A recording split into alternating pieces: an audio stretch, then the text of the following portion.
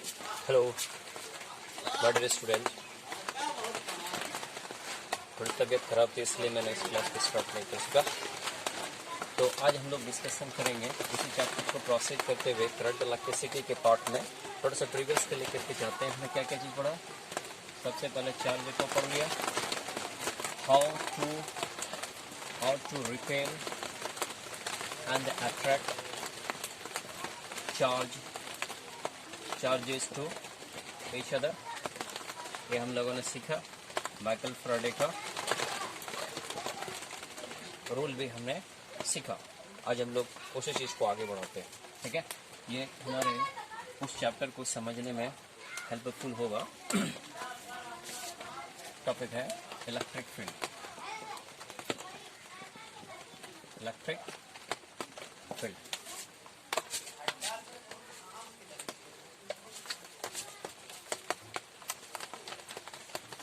field.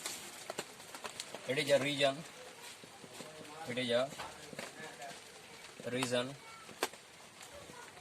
around a charged particle. It is a region around a charged particle. Another charged particle experienced a force, attraction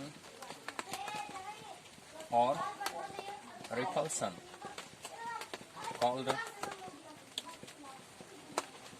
electric field. It is a region around a charged particle. Another charged particle experienced a force, attraction or repulsion called electric field. Okay, just like suppose that it is a charged particle proton. I know that it produces the electric lines of force in an atmosphere. Okay, तो अगर इसके एक hypothetical line को हम लोग draw करें इस तरह से, ठीक है, हम इस तरह से अगर ड्रॉ करें आउटवर्ड की तरफ, ये प्रोटॉन है तो हम इस चीज को देख रहे हैं कि यह जो अब यहाँ पे अगर सपोज दैट किसी इलेक्ट्रॉन को रखते हैं यहाँ पे, तो यह कैसा फील करेगा? वो अट्रैक्शन फोर्स को फील करेगा, और अगर सपोज दैट यहाँ पे किसी प्रोटॉन को रखते हैं, प्लस चार्ज को रखते हैं, तो यहाँ पर कैसे फील करेगा? वो रिपल्सन फोर्स करेगा, रिपल्सन फोर्स का वो एक्सपीरियंस करेगा। ये हाइपोथेटिकल लाइन जो हमारे पास है, इसी को हम लोग क्या बोलते हैं? इलेक्ट्रिक फील्ड हम लोग बोलते हैं, ठीक है। It is a region around a charged particle. Another charged particle experienced a force called electric field. Attraction as well as repulsion. एक charged particle proton को रखा है. I know that according to the Michael Faraday, it produces it propagates the electric lines of force in the atmosphere. इस तरह से parabolically हमने किया कि एक हाइपोथेटिकल लाइन को ड्रॉ किया। देखो, किसी भी फोर्स का जो मैग्नीट्यूड होता है ऐसा नहीं होता 20 किलोमीटर 50 किलोमीटर तक होता है। कोई मैग्नेट पार्टिकल है, इसका डिस्टेंस बहुत दूर तक नहीं हो सकता, ठीक है। हम लोग इसको थ्योरेटिकल नहीं लेकर के चल सकते हैं, मोटे मोटे हम लोग समझ सकते हैं यहाँ तक वो करता है, और नजदीक जाएंगे तो बढ़ेगा, और नजदीक जाएंगे तो और भी नजदीक जाए तो बढ़ेगा, ठीक है। ओके, तो इसको डिनोट कौन चीज से करते हैं? Slant feature. दो चार वर्ड इसको हम लोग देख लेते हैं। It is denoted by T star. It is denoted by T. It is a vector quantity, ठीक है। SI unit newton per coulomb, okay. और इसका ISC में एक फार्मूला है,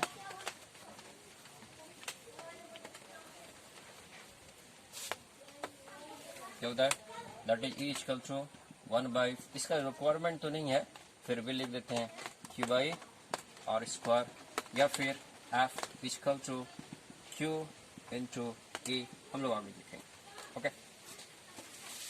इलेक्ट्रिक फील्ड यही कहलाता है। थोड़ा सा इसका एडवांटेज पड़ेगा हमको इलेक्ट्रिक पोटेंशियल को समझने में हमको।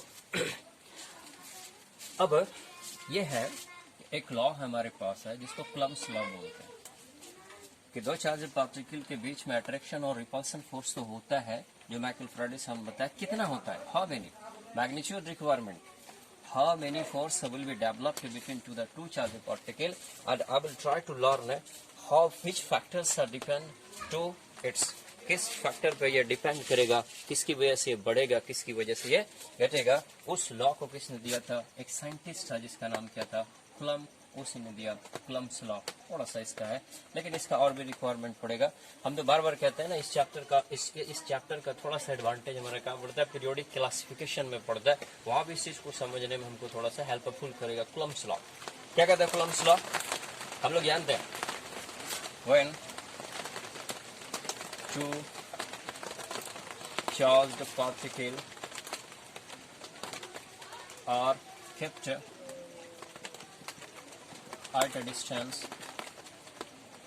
then attraction or repulsion force developed. The magnitude of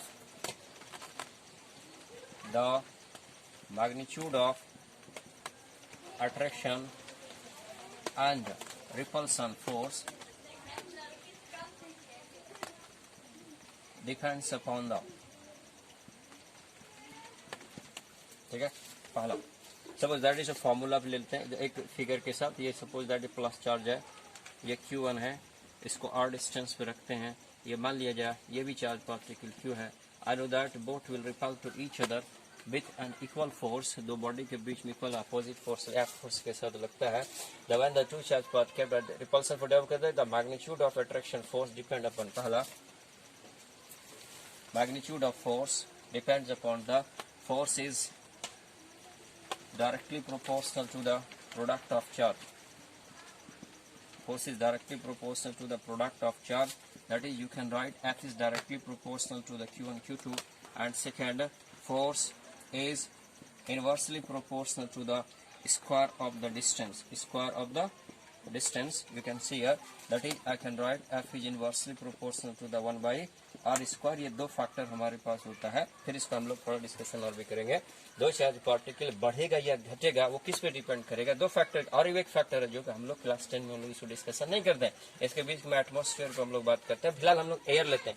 हो सकता है ये एयर के बीच में नहीं हो, कोई और चीज कार्बन डाइऑक्साइड ले ले, हो सकता है हाइड्रोजन ले ले, तो वहां पर क्या होगा, फोर्स ऑफ अट्रैक्शन डिपेंड करेगा, नेचर ऑफ द एनवायरमेंट पे भी डिपेंड करता है। लेकिन हम लोग क्लास 10 में किसके बारे में पढ़ते हैं, इसके बीच में कौन है, एयर है, ठीक है। तो इस दोनों के बीच में जो फोर्स लगेगा इक्वल अपोजिट लगेगा, दोनों के प्रोडक्ट पे डायरेक्टली प्रोपोर्शनल हो जाएगा, और इसके डिस्टेंस की क्या होगा, स्क्वायर हमारे पास होगा ही होगा। ओके, इसको इक्वेशन फर्स्ट मानते हैं, इसको इक्वेशन सेकंड मानते हैं। कंबाइन करते हैं दोनों इक्वेशन को, combining both equation first and second, we get क्या पाते हैं,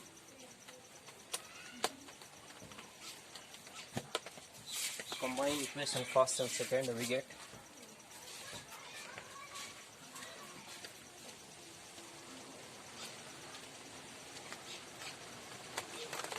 combine equation first and second, we get F is directly proportional to the Q1 Q2 by R square. If you break it, K Q1 Q2 by R square, where K is constant known as dielectric constant, ठीक है। For year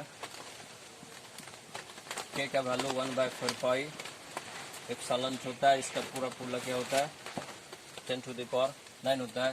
that is, ये भी आप याद रखो, F equal to क्या होगा, 1/4 pi epsilon two naught Q1 Q2 by R square हमारे पास होगा। अब यहाँ पे थोड़ा सा इसका डिस्कशन में हम लोग देखेंगे।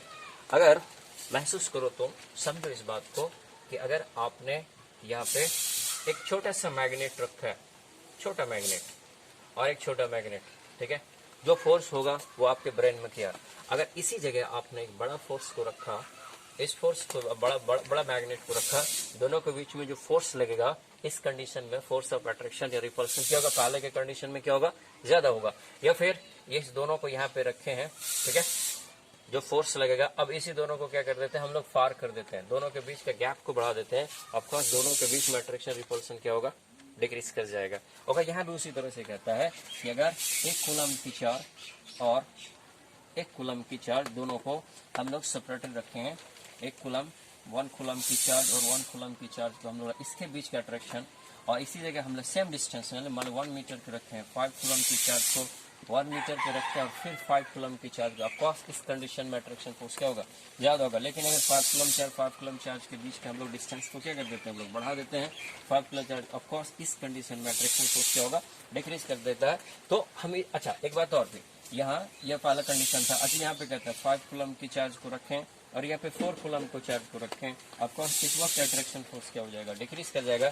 तो हम ये समझाने का प्रयास कर रहा हूँ कि वह दोनों के बीच में जो अट्रैक्शन फोर्स या रिपल्शन फोर्स का जो डेवलपमेंट होता है वो दोनों चार्ज के प्रोडक्ट के डायरेक्टली प्रोपोर्शनल पे होता है, या दोनों के बीच के डिस्टेंस के स्क्वायर के क्या होता है, इनवर्सली प्रोपोर्शनल होता है। It will be the very beneficial for to you to learn the periodic classification. हाँ, हम लोग कहते हैं ना, इन पीरियोडिक टेबल में कहते हैं कि टॉप टू बॉटम जाते हैं तो साइज ऑफ एटम बढ़ता है, left to right the size of घटता है। तो बढ़ेगा कैसे, घटेगा कैसे, यहाँ पर फोर्स ज्यादा होगा, वहां पर अट्रैक्शन फोर्स ज्यादा होने पे क्या होगा, छोटा हो जाएगा, अट्रैक्शन फोर्स बड़ा होगा, कम हो जाएगा, डिक्रीज कर जाएगा, तो वहां पे क्या होगा, वो बड़ा हो जाएगा। यह चीज आपको वहां पे हेल्पफुल करेगा। तो I try to discuss to you, हमने आपको कहा कि ये इलेक्ट्रिक क्या था, ये हमारे पास क्या था, force, magnitude of force between two charge पर, इलेक्ट्रिक फील्ड हो गया, और force of attraction repulsion, magnitude of force of attraction repulsion, Coulomb's law हम लोगों ने इस चीज को देख लिया, ठीक है। अब यहाँ पे 3-4 फैक्टर हम लोग जाने का प्रयास करेंगे।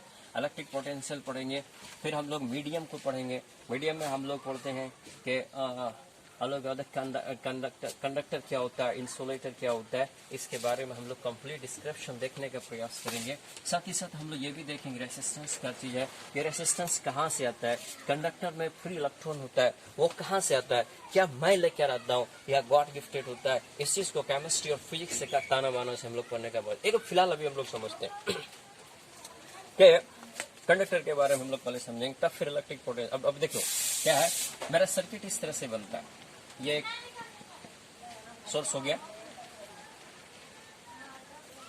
ठीक है, यहाँ पे हम लोग क्या रहता है, एक बैटरी होता है, यहाँ पे हमारे पास ये बल्ब होता है, ओके, यूनिडायरेक्शन होता है, एक तरफ से हमारे पास क्या होगा, इलेक्ट्रॉन का मूवमेंट हमारे पास होता होगा।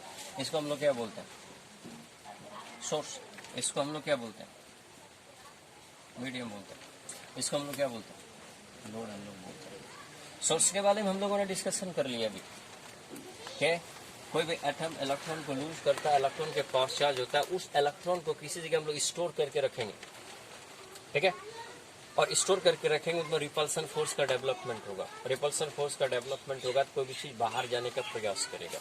यहाँ पे बहुत सारे इलेक्ट्रॉन को हम लोग पाइवोट करके रखे हैं, ठीक है, ये बाहर जाना चाहेगा, तो बाहर जाने के लिए क्या होगा, मीडियम चाहिए।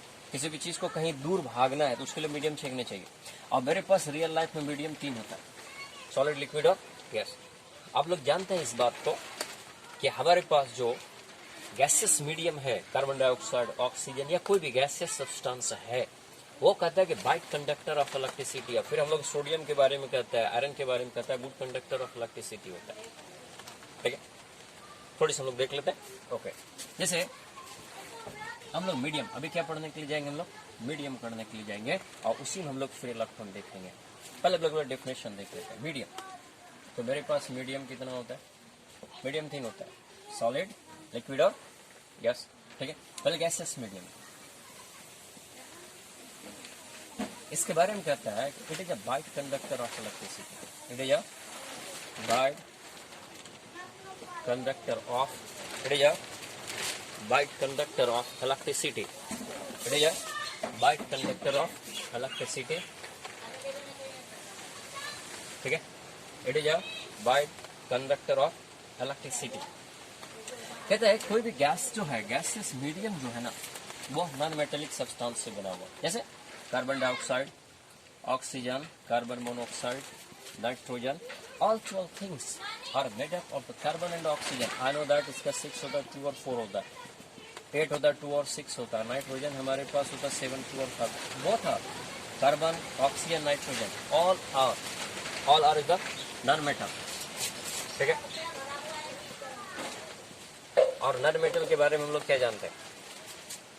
It is substance, pure substance, which has ability to accept the electron. ये इलेक्ट्रॉन को एक्सेप्ट करने का टेंडेंसी करता है, इसलिए लूज करने का टेंडेंसी नहीं होता है. और कंडक्टर होने के लिए लूज करने वाला, जाने वाला होना चाहिए, तो रोकने वाला है. वो तुझे से इलेक्ट्रॉन आएगा तो गेन कर लेगा, या फिर गेन नहीं करना बल्कि क्या करना, फास्ट करना है. इसके बारे में और भी बात देखा जाएगा. फिलहाल हम लोग इस तरह से समझते हैं कि gases modern bat conductor of electricity है. आपके नॉलेज को बढ़ाने के लिए हम इतना कह सकते हैं कि all 12 gases medium are made up of to the non-metallic substance, and non-metallic substance has not ability to lose the electron, it has ability to accept the electron. Okay, तो ये हम लोग डिस्कस करते हैं. किससे बात है? मीडियम में कंडक्टर. किसकी बात करेंगे? Conductor.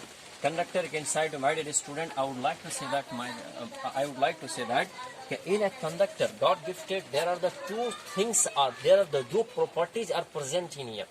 First, free electron, and second, also resistance was available inside to the atom या inside to the metallic substance के बीच में होता है. तो केमिस्ट्री हम लोग इसको समझने का प्रयास करेंगे. फिलहाल हम लोग कंडक्टर, हम लोग मीडियम पढ़ रहे हैं. ठीक है, हम लोग सोर्स पढ़ लिया, फोर्स पढ़ लिया, सोर्स पढ़ लिया, फोर्स पढ़ लिया. अब कंडक्टर में जो पास करेगा, rate of flow of charge जो दौड़ेगा तो किधर से चलेगा, उसको कोई ना कोई पाथ चाहिए. तो पाथ को समझने के लिए हम लोग क्या चीज पढ़ रहे हैं? कंडक्टर. हम लोग क्लास 9 में हम लोग या क्लास 8 में पढ़े थे, बचपन क्लास में पढ़े थे. क्या कहता है? It is a substance which allows to passes the electric current through it called to the conductor. फिर से बोलता हूँ, it is a substance which allow the electric current passes through it, जो अपने अंदर से जो है इलेक्ट्रिक करंट को या फिर चार्ज को पास करने की अलाउ करता है, उसको हम लोग क्या बोलते हैं? कंडक्टर बोलते हैं. ठीक है, लेकिन हम लोग यहाँ पे दूसरा डेफिनेशन पढ़ेंगे. कहता है इट इज अ सब्सटेंस. मेरा ये लिखना तेरा मर्जी, लेकिन मैंने इसको समझाने के लिए खाली लिखा है. डेफिनेशन है अपना बुक से लिखो, no problem. It is substance या फिर सब्सटेंस या एलवाई जो बोलो. It is substance which contains the free electron in the range of 10 to the power 23 per meter cube, called conductor. Remember to it. ये free electron हम लोगों ने इसमें यहाँ पे देखा. एक नया वर्ड का हम लोग यहाँ से डिस्कशन हो रहा है कि कंडक्टर वो चीज है जिसके अंदर फ्री इलेक्ट्रॉन 1 मीटर क्यूब में कितना होता है? 10 to the power 28 free electron के रेंज में हम लोग क्या बोलते हैं? कंडक्टर बोलते हैं. और इसमें एक बात भी होता है, जिसमें ऑल्सो ये क्या कह सकते हैं, जिसके अंदर में फ्री इलेक्ट्रॉन बहुत ज्यादा होता है और रेसिस्टिविटी इसका क्या होता है? बहुत कम होता है. रोकने की टेंडेंसी इसमें से कम होता है. ठीक है, और इंसुलेटर के बारे में हम लोग क्या बोलेंगे? It is a substance which does not contain the free electron in the range of 10 to the power 28 per meter cube are called to the insulator. Semiconductor, जिसका टेंडेंसी ना तो कंडक्टर की तरह होता है ना तो इंसुलेटर की तरह होता है. उसमें एक एनर्जी का गैप होता है. जब उसमें हीट जाता है तो वह कंडक्टर की तरफ बिहेव करता है, जब उसका हीट निकल जाता है तो फिर इंसुलेटर की तरफ बिहेव करता है. फिलहाल हमको कोई लेना देना इस बात से नहीं. It is a plastic. ये हमारा पेन है, ये प्लास्टिक का बना हुआ है. ठीक है, ये हमारा बाइट कंडक्टर ऑफ इलेक्ट्रिसिटी है. बिकॉज इसके अंदर में भी आप ये जानते हैं, फिर से एक बार डिस्कशन करूं, क्या आप जानते हैं in this world each and everything non living things are made up of to the atom. और एटम है तो एटम के अंदर में हमारे पास इलेक्ट्रॉन, प्रोटॉन, न्यूट्रॉन होगा ही होगा. एटम होगा ही होगा, उसका ताना बाना सब चीज होगा ही होगा. लेकिन जो इंसुलेटर होगा उसके अंदर इलेक्ट्रॉन इस रेंज में नहीं होगा. क्यों नहीं होगा? हम लोग आगे इस बात पर डिस्कशन करेंगे. और जो देखो ये प्लास्टिक है, प्लास्टिक किसके बना हुआ है? कार्बन का बना होता है. और अभी हमने कार्बन किसको बोला था? नॉन मेटल को हम लोग बोला था. और नॉन मेटल के अंदर में टेंडेंसी क्या होती है? वो एक्सेप्ट करने की होती है, लूज. अच्छा, नॉन मेटल का साइज भी बहुत छोटा होता है, अट्रैक्शन फोर्स बहुत बड़ा होता है, इस वजह से वो इलेक्ट्रॉन को लूज नहीं करता है और सिर्फ उसे क्या करता है? गेन करने देता है. तो इस टॉपिक पे हम लोग देखने के लिए जाएंगे. कंडक्टर में हमने कहा इसके अंदर में क्या होता है? फ्री इलेक्ट्रॉन रहता है. किस रेंज में रहता है? 10 to the power 28 पर मीटर क्यूब के रेंज में रहता है. उसको हम लोग क्या बोलते हैं? हम लोग कंडक्टर होता है. आज फॉर एग्जांपल हम लोग आगे लिख देते हैं, आयरन हमारे पास कंडक्टर में होता है, कॉपर हमारे पास होता है, एल्युमिनियम होता है, सबसे अच्छा कंडक्टर हमारे पास सिल्वर. इट से ये समझ क्या होता है? वो कंडक्टर हमारे पास कल होता है, ठीक है। वो डेफिनेशन आप जानते ही हो कंडक्टर का, it is substance which allows the electric current passes through call to the conductor, वो आप जानते हैं। एक दूसरा डेफिनेशन आपको क्या, देखो डेफिनेशन कभी भी जो है 100% परफेक्ट नहीं हो सकती, 100% गलत नहीं हो सकता, कभी कभी एक दो पॉइंट छूट जाता है, ठीक है। आगे बढ़ते हैं। इंसुलेटर का डेफिनेशन आप लिख लीजिएगा, फ्री इलेक्ट्रॉन। फ्री इलेक्ट्रॉन की बात हम लोग करते हैं।